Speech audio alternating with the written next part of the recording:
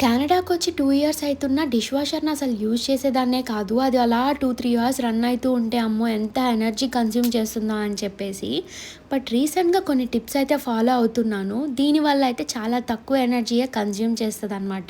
Firstly dish washing pods అయితే పెట్టేశాను. తర్వాత ఇక్కడ డిఫరెంట్ టైప్ ఆఫ్ మోడ్స్ ఉంటాయి కదా! దాంట్లో వచ్చేసి మనం ఎనర్జీ సేవింగ్ మోడ్ అనేదైతే సెలెక్ట్ చేసుకోవాలి.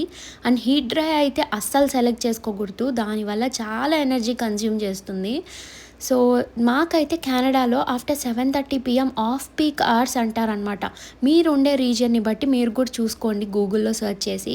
నేనైతే మోస్ట్‌లీ ఆఫ్టర్ 7:30 పీఎమే రన్ చేస్తాను. సో దట్ ఎనర్జీ తక్కువ కన్జ్యూమ్ అవుతుందనమాట.